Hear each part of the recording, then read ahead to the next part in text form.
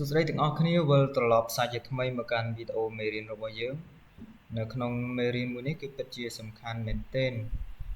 ដែលអ្នកនរគ្នានឹងចេះអំពីរបៀបក្នុងការបង្កើត account ច្រើនក្នុងពេលតែមួយហើយមានសុវត្ថិភាពទៀតណាដោយដែលអ្នកនរគ្នាបានដឹងមកហើយអំពីរបៀបនៃការបង្កើត Facebook នេះយើងមានការបង្កើតដោយប្រើជ្រោមឬក៏ជ្រោម person អីផ្សេងការបង្កើតដោយប្រើ LD ការបង្កើតតាម APK Android phone នៃនឹងឯងណាហើយមានការបង្កើតតាម Thamail Hotmail Gmail Yandex Mail អញ្ចឹងនៅក្នុងវីដេអូមួយនេះគឺខ្ញុំមកចង់ឲ្យអ្នកនរគ្នាខាតពេលដូចខ្ញុំទេដោយសារតែខ្ញុំបានធ្វើការបង្កើត account តាមរយៈប្រើជ្រោមហ្នឹងគឺរាប់រយរាប់ពាន់ account មកហើយតាម LD តាម APK អញ្ចឹងទាំងអស់នេះវាមានគុណសម្បត្តិហើយនិងគុណវិបត្តិរបស់វាប៉ុន្តែនៅក្នុងមេរៀននេះខ្ញុំសូមលើកយកចំណុចដែលជាគុណសម្បត្តិមកឲ្យអ្នកនរគ្នាធ្វើការសិក្សាស្វែងយល់ដើម្បីកុំឲ្យអ្នកនរគ្នាខាតពេលដូចខ្ញុំណាអញ្ចឹងខ្ញុំប្រាប់អ្នកនរគ្នាអំពីរបៀបឬក៏ technique ដែលត្រូវតែម្ដងដើម្បីអ្នកនរគ្នាយកទៅបង្កើត account ហើយប្រើប្រាស់បានយូរអង្វែងហើយទទួលបានផលប្រយោជន៍ពីវាវិញណាអូខេអញ្ចឹងតើតើនឹងការបង្កើត account ឲ្យបានច្រើនក្នុងពេលតែមួយហើយមានសុវត្ថិភាពដែលអ្នកនរគ្នាអាចយកទៅប្រើនោះគឺអ្នកនរគ្នាអាចធ្វើការបង្កើតតាម LD player ឬក៏បង្កើតតាម APK ណា APK Android file ហ្នឹងឯងតាមរយៈទូរស័ព្ទដៃណាការបង្កើតតាមរយៈការប្រើប្រាស់ LD player ហើយនិងការបង្កើតតាមការប្រើប្រាស់ Facebook APK ហ្នឹងគឺវាមានសុវត្ថិភាពជាងជ្រោម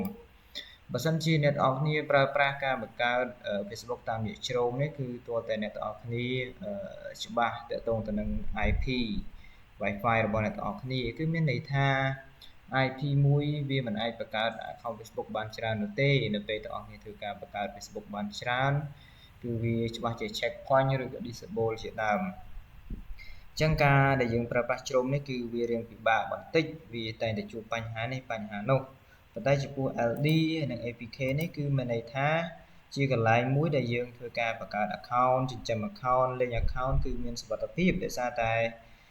នៅក្នុង APK មួយឬក៏ LD មួយហ្នឹងវាមាន IP address របស់វាអញ្ចឹងវាមានសុវត្ថិភាពមែនទែនអញ្ចឹងសរុបមកវិញគឺនៅក្នុងវីដេអូនេះខ្ញុំនឹងបង្ហាញអ្នកនរគ្នាអំពីការបង្កើតតាមរយៈ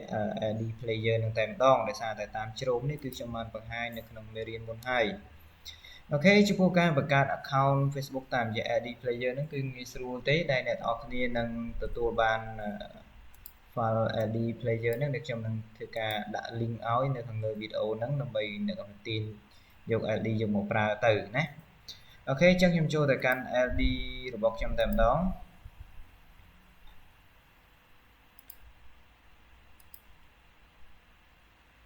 អូខេនេះជា LD របស់ខ្ញុំអញ្ចឹង LD វាមាន2 version នៅកន្លែងនេះវាមានគេហៅថា3ចុចហើយនិង4ចុចចំពោះ4ចុចនេះចំពោះ spec computer ដែលវាខ្លាំងគឺបងប្អូនអាចបើកនៅកន្លែងហ្នឹងមកហើយចំពោះ3ចុចនេះចំពោះ spec computer ដែលទៀតល្មមគឺយើងអាចប្រើប្រាស់ LD មួយហ្នឹងដើម្បីឲ្យវារត់ស្រួលអញ្ចឹងណាអូខេអញ្ចឹងខ្ញុំចូលទៅធ្វើការបិទវាសិនដើម្បីធ្វើការបើកសារថ្មីអូខេទាំងអស់គ្នាអញ្ចឹងចំពោះ LD នេះគឺអត់មានអីពិបាកត្រូវអ្នកទាំងអស់គ្នាធ្វើការដំឡើងឬ install ទេអ្នកទាំងអស់គ្នាគ្រាន់តែចូលមកកាន់ file នឹងមកនេះដំបូងទាំងអស់គ្នាចូលមកកាន់គេហៅថានេះ file zip នឹងមកយើងបន្តមកទៀតបងចុច extract មកវានឹងចេញជា file បែបនេះឲ្យអញ្ចឹងទាំងអស់គ្នាអាចចុចលើ file នឹងមកហើយវាមានកន្លែងឲ្យទាំងអស់គ្នាធ្វើការចុចទៀតអញ្ចឹងកន្លែងនេះយើងបង្កើត account Facebook ច្រើនអញ្ចឹងទាំងអស់គ្នាចុចនៅលើនេះDN multiple player នឹងមកណាអូខេអញ្ចឹងបន្ទាប់ពីទាំងអស់គ្នាចុចទៅគឺដំបូងគឺវានឹងចេញជាទាំងទទេស្អាតបែបនេះឲ្យអ្នកទាំងអស់គ្នាអញ្ចឹងជំហានបន្តទៀតគឺទាំងអស់គ្នាចាប់ដើមធ្វើការបង្កើតគេហៅថា LD មួយនឹងមកផ្ទាំងដើម្បីយើងធ្វើការលេងឬក៏ធ្វើការបង្កើត Facebook អញ្ចឹងរបៀបនៃការបង្កើតផ្ទាំងមកវាបងប្អូនគ្រាន់តែចុចនៅកន្លែង new clone កន្លែងនេះហើយបងប្អូនចុច new player នៅខាងឆ្វេង បន្តមកទៀតគឺអ្នកទាំងគ្នានឹងទទួលបាន player មួយឬក៏វាប្រៀបបានទៅនឹងទូរស័ព្ទមួយគ្រឿងអញ្ចឹងណាដែលអ្នកទាំងគ្នាអាចដាក់ Facebook លេងបានអូខេអញ្ចឹងយើងចុច start មើលថាតើវាមានរូបរាងយ៉ាងម៉េច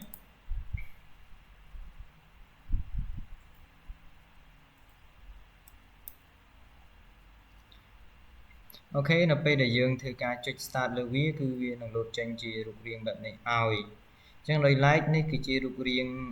តាមបែបកុំព្យូទ័រឬក៏តាមបែបគេហៅថា tablet វាមិនមែនជារូបរាងតាមបែបទូរស័ព្ទទេអញ្ចឹងវាពិបាកក្នុងការយើង view វាច្រើនណាស់អញ្ចឹងបងប្អូនត្រូវចេះចូលទៅធ្វើការ set up វាសិនណាជំនាញដំបូងជាមូលដ្ឋានគ្រឹះគឺត្រូវតែ set up វាឲ្យត្រូវទៅនឹងតម្រូវការរបស់អ្នកទាំងអស់គ្នាដើម្បីងាយស្រួលក្នុងការដែលយើងប្រើប្រាស់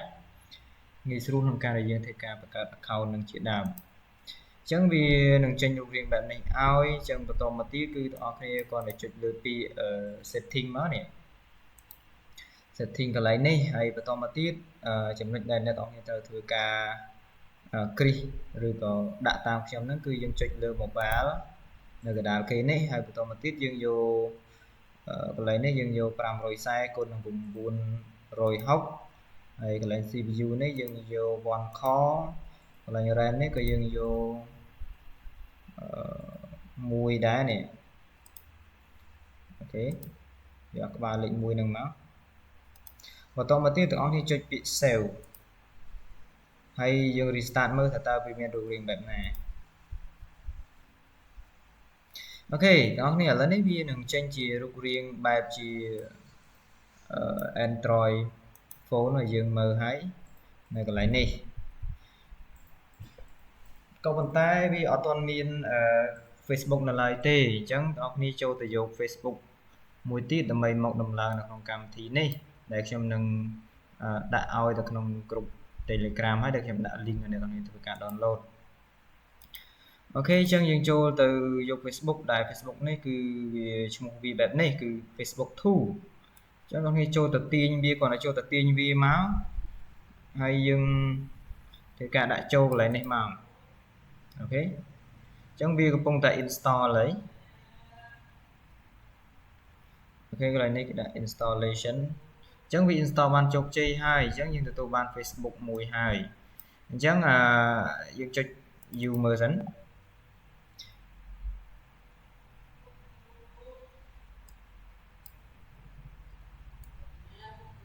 អូខេវាដើររៀងយឺតបន្តិចដោយសារតែខ្ញុំបើកកម្មវិធីច្រើនពេកអូខេអញ្ចឹងយើងទទួលបានបែបនេះហើយអញ្ចឹងបងប្អូនអាចធ្វើការចុះឈ្មោះក្នុងការបង្កើត Facebook បាននៅកន្លែងនេះក៏ប៉ុន្តែគោលដៅមេរៀនរបស់យើងនៅក្នុងវីដេអូនេះគឺយើងអត់ឲ្យបង្កើតមួយចឹងទេយើងបង្កើតឲ្យច្រើនអញ្ចឹងណាអញ្ចឹងវាទៅតាមនិយាយទៅវាទៅតាម spec កុំព្យូទ័ររបស់អ្នកទាំងអស់គ្នាដែរណាបើសិនជា spec វាដើរខ្លាំងយើងដាក់ឲ្យច្រើនផ្ទាំងមកហើយបើសិនជា spec វាដើរតូចទេយើងមានន័យថាយើងដាក់តិចតាមនឹងដែរទៅណាអូខេបន្តមកទៀតជំហានបន្ទាប់មកទៀតនោះគឺបងប្អូនចាប់បានធ្វើការ clone LD នឹងមកដើម្បីយើងបើកវាបានច្រើនទាំងអញ្ចឹងខ្ញុំធ្វើការ clone វាសិនអញ្ចឹងបន្ទាប់ទៀតខ្ញុំដាក់ថា clone player ណាមិនមែន new player ទេយើង clone player បើសិនជាអ្នកទាំងនេះយក clone player គឺវានឹងចេញ player ថ្មីដែលមានរូបរាងផ្សេងបើសិនជាអ្នកទាំងនេះចុចនៅកន្លែង clone player នៅកន្លែងនេះគឺបងប្អូននឹង clone ពី player ចាស់ដែលវាមាន Facebook មានអីស្រាប់ណាអូខេអញ្ចឹងយើងចុច clone player កន្លែងនេះមកវាកំពុងតែ clone ហើយអញ្ចឹងយើងធ្វើការ clone ឲ្យច្រើនមក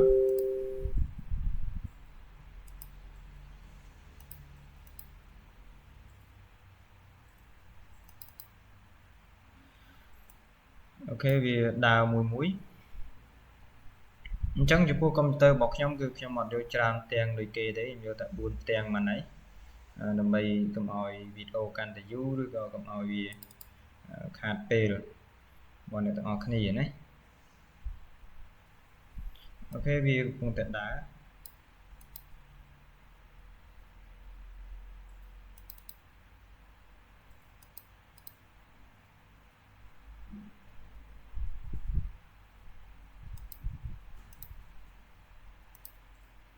ខ្លួនតគ្នាមក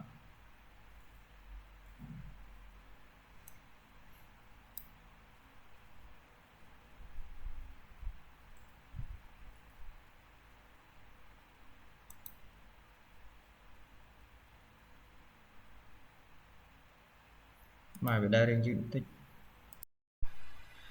ok tụi ôngគ្នាឥឡូវនេះខ្ញុំបានធ្វើការ clone វាបានចំនួន4ហើយអញ្ចឹងខ្ញុំចុចបើកវាទាំង4តែម្ដងបាទកុំព្យូទ័រវាដែររឿងយឺតតិចដោយសារតែបើកកម្មវិធីច្រើនពេក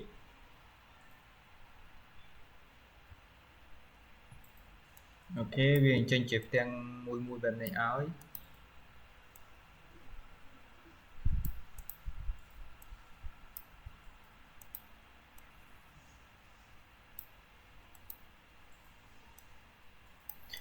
បងប្អូនខ្លះប្រហែលជាឆ្ងល់ថាហេតុអីបានជាយើងចាំបាច់ត្រូវការបង្កើត account Facebook ច្រើនហើយបង្កើតតាមនឹងអញ្ចឹងណាបន្តិចទៀតបងប្អូននឹងយល់អំពីសារៈប្រយោជន៍នៃ account របស់យើងហើយគឺទី1យើងអាចមាន account Facebook គឺយើងអាចយកវាទៅប្រើដើម្បីធ្វើការ share នៅ post របស់យើងអាចយក account Facebook របស់យើងដើម្បីយកទៅ verify ID ដើម្បីធ្វើការ book page ឬក៏លក់ឲ្យអ្នកដទៃ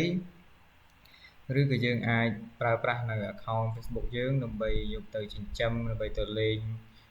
ចំពោះអ្នក MMO អាចយកទៅលេងក្នុងការ share page ad break ឬក៏អីផ្សេងៗនេះដើម្បីរកលុយបានច្រើនមែនទែនអញ្ចឹងគ្រប់សពបែបយ៉ាងទាំងអស់គឺកើតចេញមកពី account នឹងឯងអញ្ចឹងបើសិនជាអ្នកនរគ្នាច្បាស់ទៅទៅនឹង account នៅកន្លែងនេះគឺអ្នកនរគ្នាទៅធ្វើអីផ្សេងក៏ល្អទទួលបានជោគជ័យដែរអូខេឥឡូវវាចេញជាផ្ទាំងបែបនេះ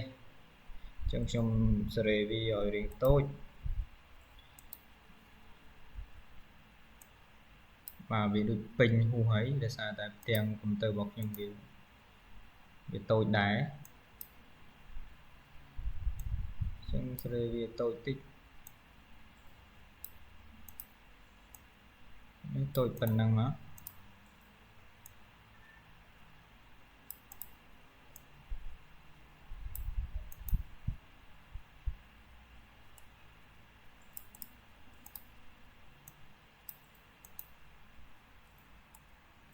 អញ្ចឹងយើងដាក់វាឲ្យតូចអញ្ចឹងមកដើម្បីងាយស្រួលក្នុងការយើង view មើលក្នុងការបង្កើត Facebook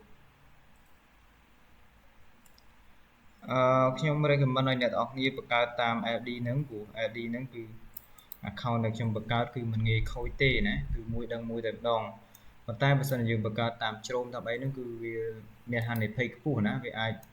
ខំបង្កើតបានរាប់រយ account ទេតែចុងក្រោយវាមក check point មក disable អស់អាលីងអញ្ចឹងណាដោយសារតែវាតាក់ទងទៅនឹងការលេង IP របស់យើងណា IP ល្អទៅលេងបានអូខេទាំងអស់គ្នាឥឡូវនេះយើងបានផ្ទាំង ID របស់យើង4ផ្ទាំងបែបនេះហើយអញ្ចឹងយើងធ្វើការបង្កើត Facebook ម្ដង4តែម្ដងអញ្ចឹងបងប្អូនចុចបើក Facebook អញ្ចឹងមកដើម្បីយើងធ្វើការបង្កើតហើយបងប្អូនត្រូវត្រៀមផងដែរតើតើនឹងឈ្មោះគឺនៅក្នុងមេរៀនមុនគឺបានបង្ហាញដល់បងប្អូនតើតើទៅនឹងឈ្មោះហើយដែលយើងត្រូវត្រៀមរួចជាស្រេចដើម្បីយើងមកធ្វើការចុះឈ្មោះបង្កើតនៅកន្លែងនេះណា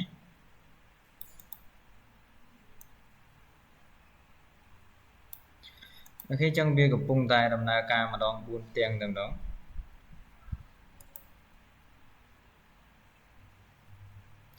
បាទវីដេអូនេះខ្ញុំអត់កាត់ទេដោយសារតែវាចំណាយពេលរៀងយូរបន្តិច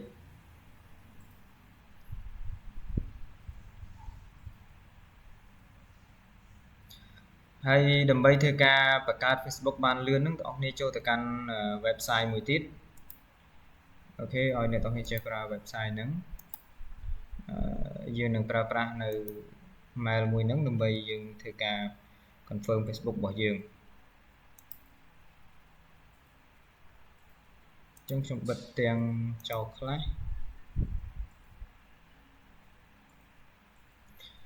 អញ្ចឹងបងប្អូនចូលទៅបើកទាំង website មួយទៀតដែលឈ្មោះថាបាទ Themmail ណា Themmail គឺជាកន្លែងដែលយើងអាចចូលទៅយក mail ចូលទៅយក code ដើម្បីធ្វើការបង្កើត account គេចុចវាតូចបែបនេះ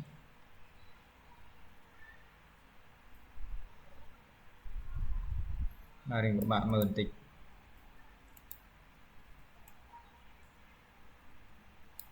ហើយកន្លែងនេះគឺជា mail ហើយកន្លែងនេះគឺជាឈ្មោះដែលយើងបានត្រៀមរួចជាស្រេចហើយមួយទៀតនោះគឺបងប្អូនត្រូវតែត្រៀម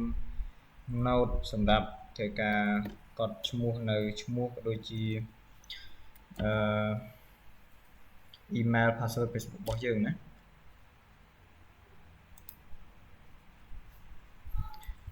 អូខេកន្លែងនេះខ្ញុំមាន note មួយអញ្ចឹងយើងចាប់បានធ្វើការចុះឈ្មោះពីលេខរៀងទី1មុនណាអញ្ចឹងបងប្អូនគ្នាគ្រាន់តែធ្វើការ copy thumbnail របស់យើងមួយនេះហើយយើង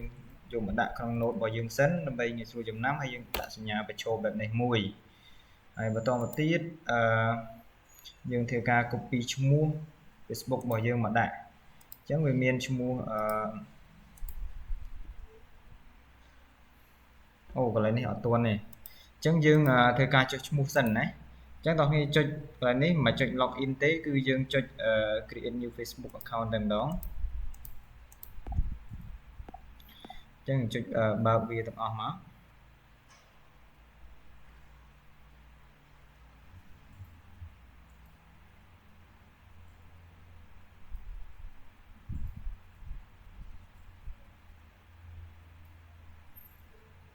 អូខេអញ្ចឹងបន្តមកទៀតបងប្អូនចុចលើពាក្យ next បាទចំពោះកុំព្យូទ័របងប្អូនខ្លះគឺអាចដើរលឿនជាងខ្ញុំណា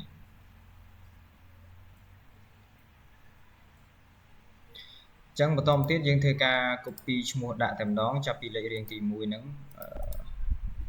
នេះវាមានឈ្មោះ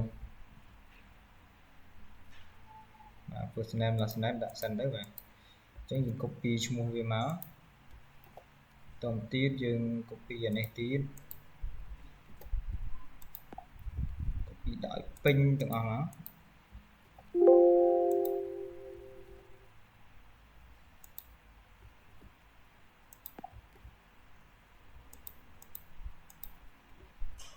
copy ទៀត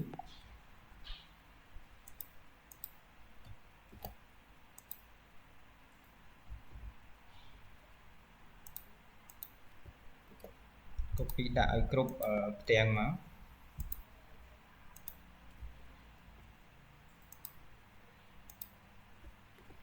អូខេបន្ទាប់ពីទាំងអស់គ្នាធ្វើការ copy បែបនេះហើយទាំងអស់គ្នាចុច next ទៀតអញ្ចឹងនៅកន្លែងនេះគឺជាកន្លែងដែលបងប្អូនគ្នាត្រូវតែដាក់ថ្ងៃខែឆ្នាំកំណើតណាពីមុនមកគឺយើងអាចដាក់ថ្ងៃខែឆ្នាំកំណើតដូចគ្នាបានដើម្បីងាយស្រួលចំណាំតែឥឡូវហ្នឹងគឺ Facebook វាមានការ update អញ្ចឹងយើងអាចដាក់ដូចគ្នាបែបហ្នឹងទេអញ្ចឹងយើងត្រូវដាក់ផ្សេងគ្នាអញ្ចឹងនេះអាចដាក់ថ្ងៃខែផ្សេងៗគ្នាមកណាអូខេអញ្ចឹងដាក់ចេះមកយើងធ្វើម៉េចយើងទាញវាឲ្យខុសគ្នាមក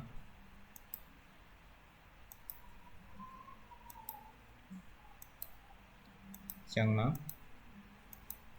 1998អញ្ចឹងមក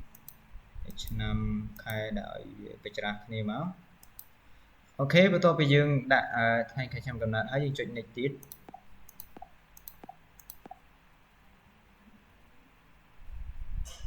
បន្តមកទៀតយើងធ្វើការជ្រើសរើស page តែម្ដងដោយសារតែ account របស់ខ្ញុំនេះគឺប្រុសទេអញ្ចឹងខ្ញុំយកប្រុសឈ្មោះប្រុសណាយកមកហើយខ្ញុំចុច next ទៀតបាទវាលឿនដែរណាយើងប្រើតាមវិធីនេះគឺវាលឿនហើយមានសមត្ថភាពណាដោយឡែកវាយឺតដោយសារតែកុំព្យូទ័ររបស់ខ្ញុំ slow ទេអូខេកន្លែងនេះយើងវាទាមទារឲ្យយើងធ្វើការដាក់ confirm នៅលេខទូរស័ព្ទដៃតែបងប្អូនមិនបាច់ confirm លេខទូរស័ព្ទដៃទេគឺបងប្អូនចុចលើពាក្យកន្លែងនេះមកនេះកន្លែង sign up with email address ហ្នឹងមកចុចទាំងអស់មកអញ្ចឹងបន្តទៀតបងប្អូនទៅធ្វើការទាញយក mail ណាយើងនឹងប្រើប្រាស់ thêm mail មួយនេះអញ្ចឹងខ្ញុំយក mail ថ្មីសិនដើម្បីទាញយក mail ថ្មីយើងចុចលុបវាគឺវាលោតចេញអាថ្មីឲ្យយើងហើយអូខេអញ្ចឹងខ្ញុំ copy mail ហ្នឹងមកជំនាញដំបូងខ្ញុំយកវាមកដាក់នៅក្នុង notepad របស់ខ្ញុំសិនដើម្បីកុំឲ្យភ្លេចណាឲ្យភ្លេចវាអញ្ចឹងយើង copy mail ដាក់កន្លែងនេះហើយយើងចុចពាក្យ next ហើយ password ណា password បងប្អូនអាចចូលទៅធ្វើការបង្កើតបាននៅក្នុង website មួយអូខេខ្ញុំចូលទៅកាន់ website មួយសិនហើយខ្ញុំនឹងអូមែនទេ ចឹងខ្ញុំចូលទៅកាន់ website password generator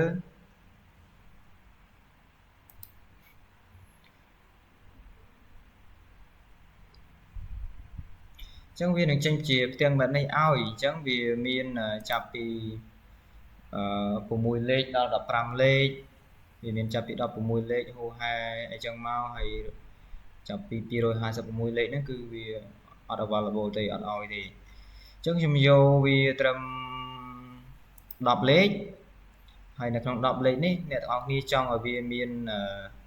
ពីអីខ្លះឬក៏អក្សរអីខ្លះឧទាហរណ៍ថាខ្ញុំចង់ឲ្យវាមាន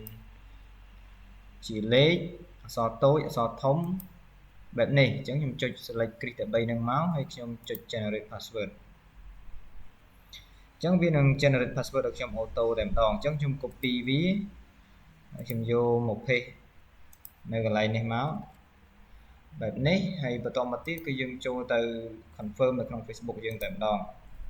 អញ្ចឹងយើងដាក់ password នៅក្នុងហ្នឹងមកចុចពាក្យ next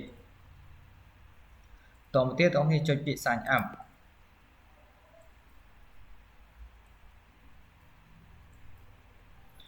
អូខេអញ្ចឹងវានឹងទទួលបានជោគជ័យហើយ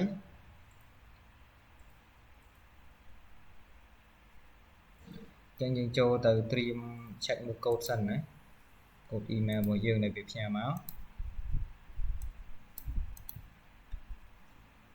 អូខេឥឡូវនេះ Facebook វាបានផ្ញើ code មកកាន់ Gmail របស់យើងហើយយើងចូលទៅ copy ឲ្យមក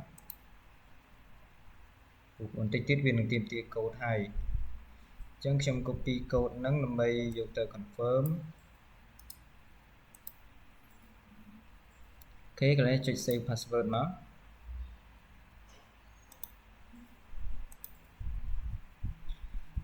ចុច OK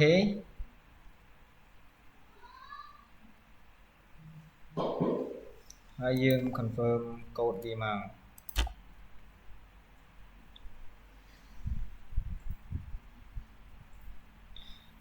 អូខេឥឡូវយើងទទួលបាន Facebook ថ្មីហើយអញ្ចឹងយើងចូលមកកាន់ Facebook មួយទៀតអញ្ចឹងយើងដាក់ mail វាមួយទៀតអញ្ចឹងដើម្បីទទួលបាន mail ថ្មីទាំងអស់គ្នាចុច delete កន្លែងហ្នឹងមកអញ្ចឹងវានឹង auto generate mail ថ្មីឲ្យយើងតែម្ដង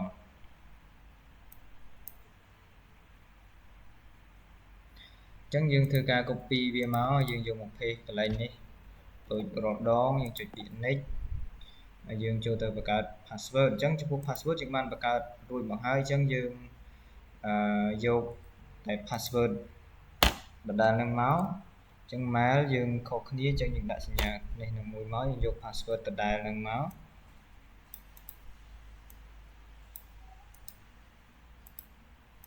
មែនទេទៅ Facebook វាអត់ខ្វល់ password ទេប៉ុន្តែយើងដាក់លេខ1កន្ទុយអញ្ចឹងមកដើម្បីធ្វើចំណាំអញ្ចឹងយើងចូលទៅ confirm នៅកន្លែងនេះចុចពាក្យ next ចុចពាក្យ sign up អញ្ចឹងយើងចូលទៅចាំមើល code ដែល Facebook ផ្ញើមកឲ្យនៅក្នុង mail របស់យើង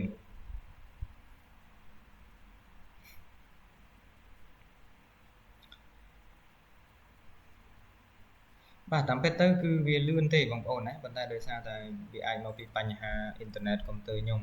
អញ្ចឹងបានវាដូចជារៀងយូរបន្តិចណាតែពិតយើងធ្វើវាមួយផ្លេតទេ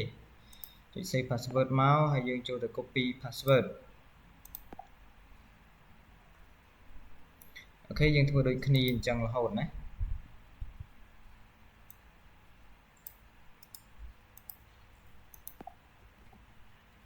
ខ្ញុំចុច confirm ហើយខ្ញុំចូលទៅបង្កើត mail ថ្មីទៀត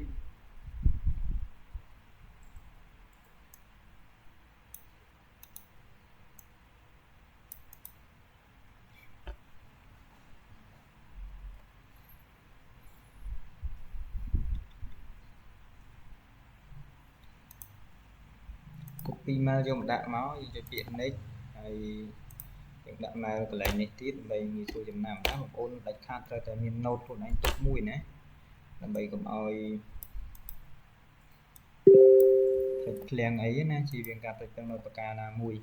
ខ្ញុំដាក់លេខ2ខ្ញុំ password ខ្ញុំដាក់លេខនេះដូរលេខ1ទៅលេខ2វិញខ្ញុំជិះពាក្យ sign up ចឹងយើងទទួលបាន account Facebook មួយទៀតហើយ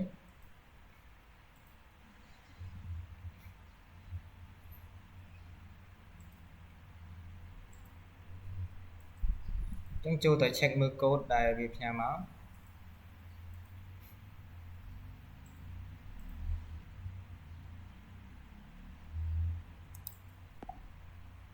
យើងចូលមក copy code មក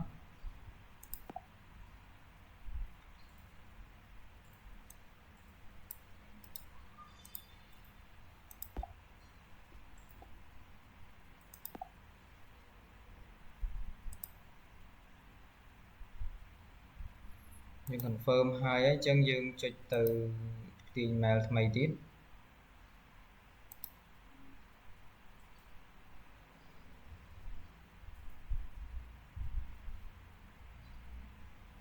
copy មកយើង paste ដូចរាល់ដង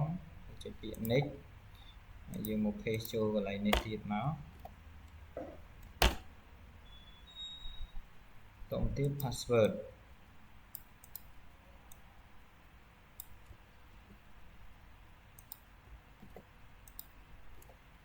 កន្លែងនេះយើងដាក់កន្ទុយវា3ម្ដងអូខេចុចពាក្យ next ចុចពាក្យ sign up ហើយយើងទៅទទួលកូដទៀត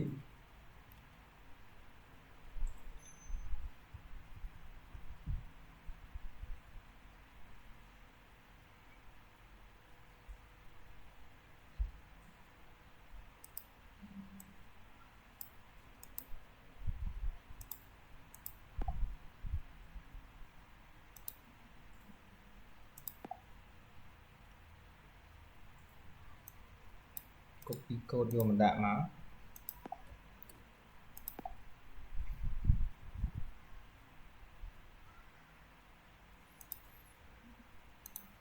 អូខេទាំងអស់គ្នាឥឡូវនេះគឺខ្ញុំបង្កើតបាន account Facebook ចំនួន4ហើយអញ្ចឹងយើងចូលទៅធ្វើការដាក់ព័ត៌មានហើយនឹងដាក់នៅរូបថត cover អីផ្សេងៗណាបងប្អូនត្រូវចាំថា account Facebook ទាំងអស់គ្នាគឺនៅពេលដែលយើងបង្កើតហើយគឺដាច់ខាតត្រូវទៅចូលទៅដាក់រូបថតដាក់ cover ហើយយើងបំពេញព័ត៌មានណាឥឡូវយើងចូលទៅបំពេញព័ត៌មានទាំងអស់គ្នាតែម្ដងណាដើម្បីបង្ការនៅពេលដែលយើងធ្វើការចូលទៅលេងចូលទៅ share អីផ្សេងៗហ្នឹងគឺវាអាចនឹង check point ឬខូចណាប៉ុន្តែបើសិនជាអ្នកទាំងអស់គ្នាធ្វើតាមខ្ញុំគឺវាកម្រខូចណាបាទអញ្ចឹងចុចពីកន្លែងនេះprofile អញ្ចឹងបើសិនជាអត់ទាន់មានទេចុច skip សិនក៏បានដែរអញ្ចឹងចុច skip ទៀតមកដើម្បីវាចូលទៅកាន់ Facebook របស់យើង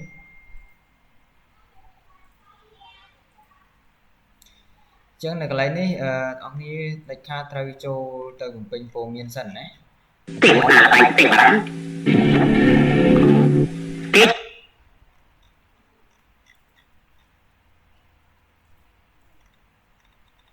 បាទអ៊ីនធឺណិតវាដើរ slow មែនបងប្អូនអញ្ចឹងចុចសញ្ញាត្រេក3នឹងមកដូចតែទូរស័ព្ទរបស់យើងដែរណាហើយចូលទៅកាន់ account ហ្នឹងមក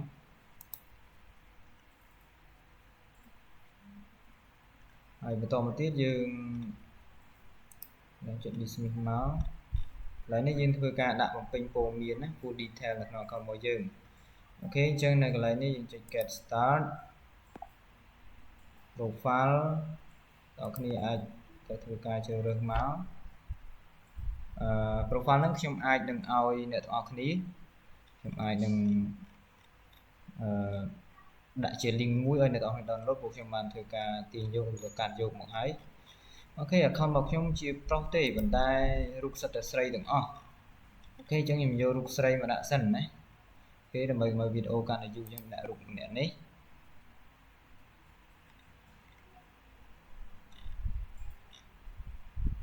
អូខេបន្តទៀតចុច save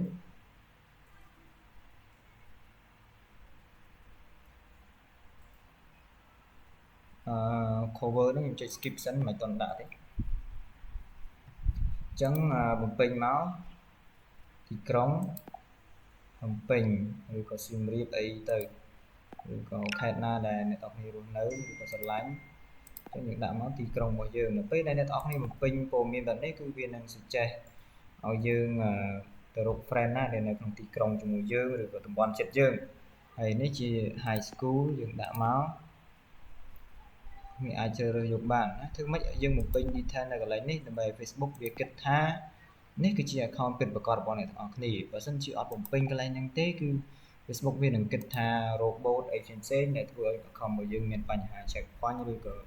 disable អញ្ចឹងខ្ញុំដាក់សាកលវិទ្យាល័យបណ្ដាអូខេហើយចុចពាក្យ save submit អូខេការងារខ្ញុំដាក់ Facebook app ពាក្យ next ទៀត relationship setter ចុច skip សិន cover ក៏ skip ដែរអញ្ចឹងយើងមក view profile របស់យើងតែម្ដងprofile អូខេអញ្ចឹងកន្លែងនេះចុច dismiss មកហើយយើងនឹងចូលទៅមើល profile នេះគឺជា account Facebook ដែលយើងបានបង្កើតដែលមានព័ត៌មាន profile យ៉ាងស្រស់ស្អាតណាអញ្ចឹងយើងចុច refresh មួយមកអញ្ចឹង refresh ហ្នឹងយើងចុចទីមកក្រោមអញ្ចឹងគឺ refresh ហើយអញ្ចឹងយើងទទួលបាន Facebook មួយថ្មីអញ្ចឹង account បន្តទៀតគឺទាំងអស់គ្នាត្រូវបំពេញបែបហ្នឹងដែរណាអូខេអញ្ចឹងចំពោះវីដេអូមួយនេះខ្ញុំអត់ចង់ឲ្យវាវែងទេខ្ញុំអត់ចង់ record បំពេញឲ្យវែងទាំងអស់ទេហើយគ្រាន់តែបញ្ជាក់ទាំងអស់គ្នាថាការបង្កើត account តាមនេះគឺសុវត្ថិភាពបំផុតហើយធ្វើតាម step មួយដែលខ្ញុំបានបង្ហាញអ្នកទាំងអស់គ្នាទៅគឺអ្នកទាំងអស់គ្នានឹងបាន account ដែលល្អយកទៅ share យកទៅធ្វើ page យកទៅធ្វើជា admin អីផ្សេងណាអញ្ចឹងអរគុណទាំងអស់គ្នាចំពោះការតាមដានវីដេអូមួយនេះហើយយើងនឹងជួបគ្នានៅវីដេអូក្រោយទៀត